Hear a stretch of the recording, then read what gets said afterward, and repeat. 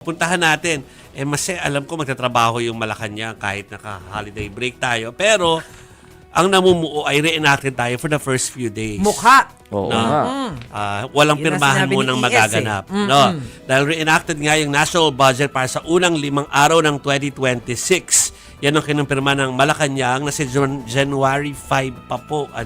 Pipirmahan ng Pangulo ang budget para sa susunod na taon. Sa ilalim po ng konstitusyon, gagamitin ng pamahalaan ang budget ng nakaraang taon bilang guide lamang kapag hindi na ipasa ng Kongreso ang budget sa December 31.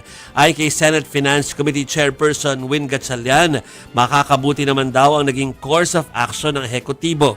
Kailangan daw ng palasyo ng sapat na panahon para mapag-aralan ng gusto ang mga probisyon sa higit 4,000 pages, Mase, na enrolled copy ng panukalang ito. Kasi naman, ang hirap talaga, December 29, i-endorse sa Malacanang, iraratify. Alam nga naman, 2 days pa. Alam nga naman, firmado after na. 2 days na pag-aralan na yon. Although, ang sinasabi kasi nila, ngayon pa lang pinapatrace na kung ano yung mga changes from kopya ng National Expenditure Program o yung NEP po, ito po yung budget na inilatag ng Executive Department. Ibabangga po yan doon sa final copy ng BICAM nang sa gayon mas madali yung pagre-review kahit na holiday season. Pero sabi nga po sa text message ni Executive Secretary Ralph Recto kanina, January 5 pa malamang mapirmahan. Mapipirmahan.